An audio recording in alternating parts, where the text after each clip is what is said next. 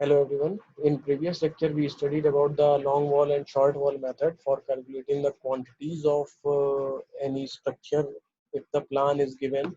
And now we are proceeding for the center line method, in which, as same as the center long wall short wall method, the problem is given here. In here, a figure is performed. Also, mostly the values are same as the previous example, only the method is changed for which we can calculate the quantities of every level in this numerical. So things which are going to be calculated in this numericals are earthwork in excavation in foundation trench, lime concrete in foundation, first class brickwork in 1:6 cement mortar in foundation and plinth, 2.5 centimeter thick DPC, which is the ratio of 1:2:4 with waterproofing compound. And the last one is first class brickwork in first class brickwork in cement mortar superstructure. So here is a figure performed. I mean the plan is performed. So plan of the is given here, in which the room 1 is in the size of 4 meter by 6 meter and room 2 is in the size of 6 by 6 meter. Here 4 windows are performed. First one is here, second one is here, third one is here, and fourth one is here. The wall thickness of the superstructure is given as the 30 centimeter or zero point 0.3 centimeter, and the two shelves are given here, S1 and S2. Here is the details of footing, in which the base work is in the breadth of 1.1 meter, and for here 4 footings are present. Footing 1, 2, 3, and 4 both have different dimensions, but the height of each footing is same, which is given as zero point 0.2 meter, and the plinth wall is in the height of 0.6 meter, and the superstructure wall is in the height of 4.2 meter. As I told earlier, the thickness of the superstructure wall is given as 0.3 meter or 30 centimeter. So basically, the dimensions of door, windows, and shelves are present here. So the doors are which are situated in the plan are in the size of 1.2 meter and 1.2 meter by 2.1 meter. Windows are in the size of 1 meter into 1.5 meter, and shelves are in the size of 1 meter by 1.5 meter. So if we are calculating it by center line method, so first of all we are going to the total center length of the wall. Total center length मतलब overall x और y axis को अगर आप जोड़ देंगे या total length कितनी आ रही है उसको calculate करने के लिए. So as we discussed in the previous numerical, the long wall and short walls. So here 2 long walls and 3 short walls are present also here. So basically the total center length of the wall is given as 2 into center to center length of long wall plus 3 into center to center length of short wall plus, or I mean 2 into center to center length of long wall plus 3 into center to center length of short wall. So in previous numerical, or if we are talking about this numerical, the long wall have the dimension of 4 plus 6 plus zero point 0.3 plus 0.3 by 2 plus 0.3 by 2. If we are calculating these values, which we can give the result of 10.6 meter. And if we are talking about the short wall, the length is which is given as 6.3 meter. 6 plus 0.3 का half इधर, 0.3 का half top portion पे, तो overall हमारा 6.3 metre हो जाएगा. इन सबको हम कैलकुलेट करेंगे तो ओवरऑल हमारी सेंटर लेंथ आएगी आपकी 4.1 metre. It may be noted that the above length includes some overlapped portion at the joints, and these excess quantities shall have to be deducted. It means कि कुछ हमारी length ऐसी हैं जो कि 2 बार कैलकुलेट हो गई हैं क्योंकि वो ओवरलैप कर रही हैं, तो उनको हमें डिटेक्ट करना पड़ेगा. This is accomplished by reducing the center length by half breadth of each junction. जितने भी जंक्शन है उसमें हमें हाफ ब्रेथ उसकी माइनस करनी पड़ेगी, तभी हम ये ओवरलैपिंग वाला फिनोमिना को हटा पाएंगे. The same principle applies to foundation concrete, to footing, plinth wall and superstructure wall. यही सेम प्रोसीजर हमारा जैसे जैसे हम सुपरस्ट्रक्चर की ओर बढ़ते जाएंगे हमारा फॉलो अप होता जाएगा. At every stage, deduction of half breadth of the main wall at the at that particular level shall have to be made per junction from the total center length, and this net center length of direction shall be multiplied by the respective breadth and height or depth to get quantities. So basically overlapping वाली ये जो phenomena है उसको detect करने के लिए, इसको हटाने के लिए हम क्या करते हैं, हर बार हर लेवल पे उसके सेंटर लेंथ में से ब्रेथ की हाफ पोर्शन को माइनस कर लेते हैं. ओके, सो बेसिकली यहाँ पे एक टेबल बनी हुई है एज प्रीवियस न्यूमेरिकल, कि हम डिस्क्रिप्शन दिया हुआ सबसे पहले, उसके बाद यूनिट, उसको किस यूनिट में कैलकुलेट करेंगे, फिर नंबर या क्वांटिटीज, उसके बाद लेंथ, ब्रेथ, हाइट, उसके बाद उसका क्वांटिटी या फिर वॉल्यूम, उसके बाद एक्सप्लेनेशन. सो अगर हम सिर्फ अर्थवर्क की बात करेंगे, अर्थवर्क इन एक्सकेवेशन, तो ओवरऑल हमारी लेंथ कितनी आ रही, लेंथ का ही खेल है सारा कि लेंथ कैसे कैलकुलेट करेंगे. सेंटर लेंथ हमारी टोटल कितनी आ रही थी, 40.1 मीटर कितनी आ रही थी, उसमें से हम क्या माइनस करेंगे, 1.10 जो हमारा बेस लेयर है, ठीक है, लाइम कंक्रीट वाला, वहाँ उतनी चौड़ाई तक तो हम एक्सकेवेट करेंगे ना, उसका हाफ, और किधर से, दो पोर्शन से, एक एक्स डायरेक्शन में एक वाई डायरेक्शन में. ठीक है, तो वो हम यहाँ से माइनस करेंगे और हमें ओवरऑल लेंथ अपनी मिल जाएगी. और हाइट कितनी करनी है हमें, 1 मीटर की देनी है, क्योंकि अगर हम उन सबको ऐड करते जाएंगे अर्थवर्क जहाँ तक, मतलब प्लिंथ के नीचे तक या ग्राउंड लेवल के नीचे तक, तो हमारा ओवरऑल हाइट 1 मीटर आ रही है. सेंटर लेंथ इसकी कैसे निकलेगी, 40.1 minus 2 into 1.10 divide by 2. Here we can get the value of 39 meter, which should be written here. तो अर्थवर्क में हमारा लेंथ कितनी आ जाएगी, 39. बी कितना है उसका, 1.10 ही है. ठीक है, ये 2 मल्टीप्लाई इस वजह से यहाँ किया गया है, ये वाला 2 जस्ट बिकॉज एक एक्स डायरेक्शन के लिए एक वाई डायरेक्शन के लिए, तो हमारे पास 2 यूनिट हो गई टोटल. बी हमारा कितना क्वेश्चन में भी दिया है फुटिंग वाले फिगर में, तो बी इसका 1.1 है, और हाइट ओवरऑल हमने सब ऐड करी तो 1 मीटर आ गई. क्वांटिटी ओवरऑल कितनी निकली, 42.9. लाइम कंक्रीट, अच्छा जो हमारा ओवरऑल हमने एक्सकेवेट किया है उतनी ही ब्रेथ तक हमें लाइम कंक्रीट देना है, उसके लिए हमारी लेंथ सेम ही रहेगी, मतलब यही वाली लेंथ हम यहाँ लिख सकते हैं. उसकी ब्रेथ कितनी, 1.1, और कितनी हाइट तक है, 0.3 मीटर तक है. ठीक है, तो उसको इन सबको कैलकुलेट करेंगे हम, तो हमारा निकल आएगा 12.87. उसके बाद हम आते हैं फर्स्ट क्लास ब्रिक या फिर फुटिंग वर्क में. तो यहाँ पे 4 फुटिंग और प्लिंथ वॉल दी गई है, first footing, second footing, third footing, fourth footing. ठीक है, फर्स्ट फुटिंग की लेंथ कैसे निकालेंगे, मैंने कहा था कि जब भी आपको ये डिडक्शन आपको करना है या ओवरलैपिंग फिनोमेना से बचने के लिए, आप हर बार उसकी ओवरऑल सेंटर लाइन जो लेंथ निकली है उसमें से ब्रेथ का आधा माइनस करें. अब फर्स्ट फुटिंग की ब्रेथ कितनी है, 0.8 मीटर है. फर्स्ट फुटिंग की ब्रेथ 0.8 मीटर है, तो ओवरऑल हमारी सेंटर लेंथ कितनी, 40.1. देखिए 40.1, उसमें से हम क्या करेंगे, 0.8 या ब्रेथ का आधा माइनस करेंगे, ब्रेथ का आधा माइनस करेंगे, और ये जो 2 है, एक एक्स डायरेक्शन में एक वाई डायरेक्शन में. ठीक है, एक ये सब में लिया गया.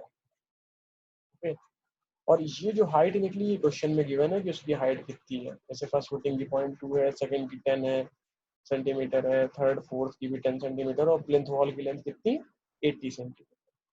तो उस हिसाब से हम सबका कैलकुलेशन करेंगे. कोई बहुत बड़ी मुश्किल नहीं है, सिर्फ ये छोटा सा यहाँ पे ये सेंटर लाइन मेथड में ये कॉन्सेप्ट समझने वाला है. उसके बाद हम ओवरऑल फर्स्ट क्लास ब्रिक जितनी भी हमारी फाउंडेशन में लगी है इन सबको हम ऐड कर देंगे, तो हमें वैल्यू देगी 26.10. यहाँ पे हमारा ये first footing centre line method के थ्रू ये कैलकुलेट हो जाएगा.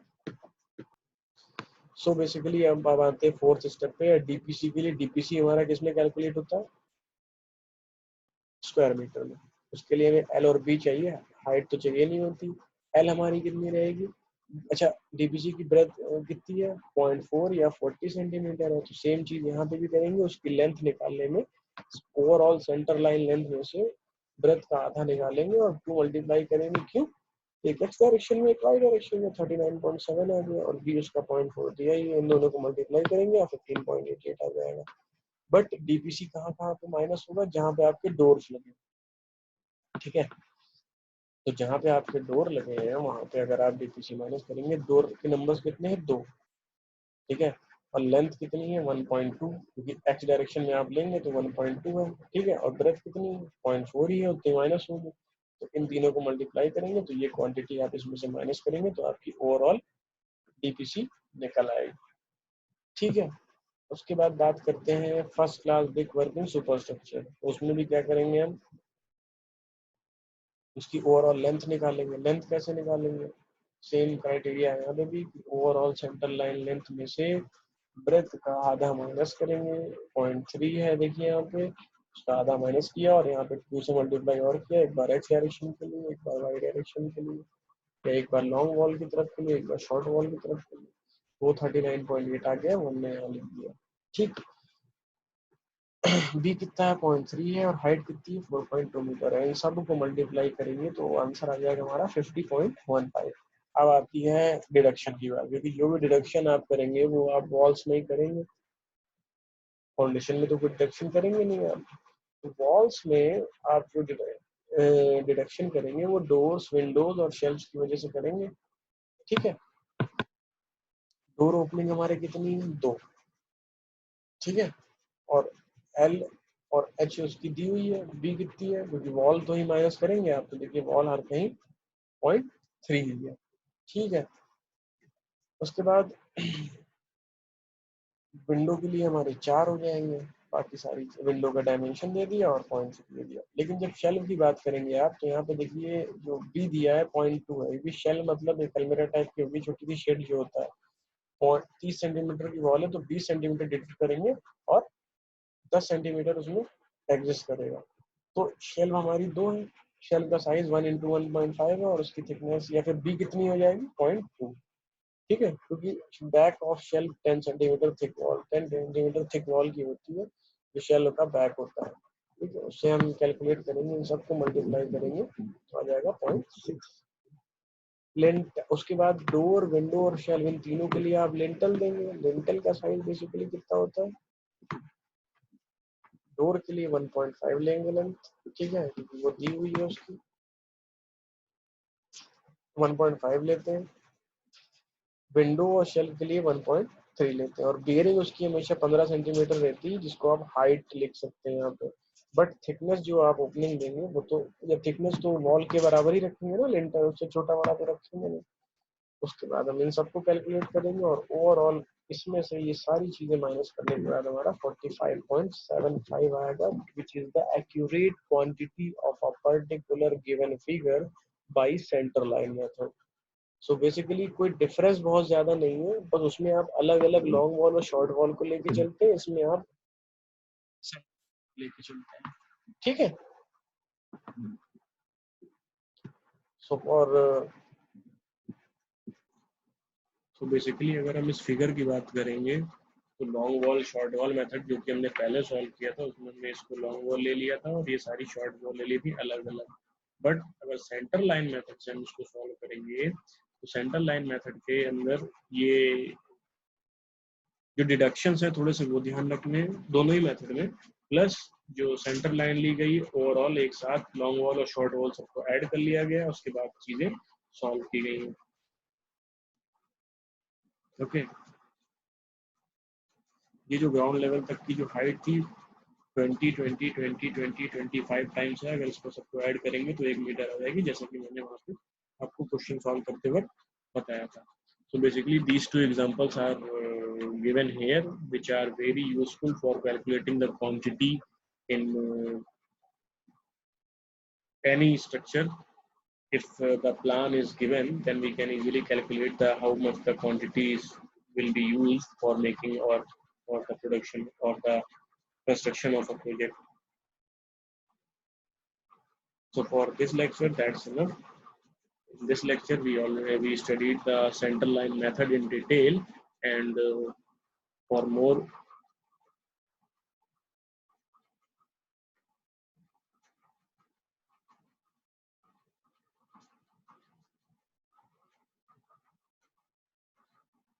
the only thing which separates this method from long wall short wall method, that is इसमें हम पूरी एक स्ट्रक्चर या प्लान को एक यूनिट की तरह लेके उसके बाद कैलकुलेशन स्टार्ट करते हैं, and this note which is given here is also very important for calculating. It means it may be noted that the above length can include some overlapped portion at the joints. It means ये हमने लिया और यहाँ पे देखिए जितने joints हैं, जैसे ये जॉइंट हो गया, ये जॉइंट हो गया, तो ये जॉइंट हो गया, ये हो गया, तो यहाँ पे चीजें ओवरलैप कर रही हैं, तो एक ही क्वांटिटी बार बार कैलकुलेट हो जा रही है। उसके लिए हम क्या करेंगे, this is accomplished by reducing the center line by half breadth of each junction. हर जंक्शन को कैलकुलेट करते वक्त हम उसकी जो भी ओवरऑल सेंटर लाइन लेंथ आई है उसमें से half length of the breadth, जो भी हाफ ब्रेथ जो होगी उसको हम माइनस करेंगे, मल्टीप्लाइड बाई 2 बार बार वहाँ पे इसलिए किया गया, एक बार लॉन्ग वॉल के रिस्पेक्ट में, एक बार शॉर्ट वॉल के रिस्पेक्ट में। 2 बार अलग अलग करने से अच्छा एक ही बार 2 से मल्टीप्लाई कर दिया जाए डायरेक्ट 2 से। The same principle applies to the foundation concrete, to footing, plinth wall and superstructure wall. यही सेम प्रिंसिपल हमारा फाउंडेशन के साथ साथ जैसे जैसे हम सुपरस्ट्रक्चर तक बढ़ेंगे, by footing, by plinth wall, by and then superstructure wall, तो यही चीज हम सब में फॉलो करेंगे और हर बार डिडक्शन करते रहेंगे for relievement of this overlapping phenomena. At every stage, deduction of half breadth of the main wall at a particular level shall have to be made per junction from the total center length, and this net center length after deduction shall be multiplied by respective breadth and height or depth of the quantity. तो basically जब भी हमको length निकालनी होगी, centre line length, तो हम हर बार हर step में उसकी ब्रेथ से, पर्टिकुलर उसी वॉल की ब्रेथ से या वॉल की ब्रेथ से, या जितनी भी उसकी ब्रेथ दी हुई है, जिस भी पोर्शन की बात करेंगे उतनी ब्रेथ लेंगे और उसका आधे से आधा हम ओवरऑल सेंटर लाइन लेंथ में से माइनस कर देंगे, तभी हम उसकी पर्टिकुलर पोर्शन की सेंटर लाइन लेंथ निकाल पाएंगे और उसको पर्टिकुलर बी और एच से मल्टीप्लाई करके हम ओवरऑल क्वांटिटी कैलकुलेट कर पाएंगे. So for this lecture that's enough, and here we can easily study the center line method or by for calculating the quantity of elements.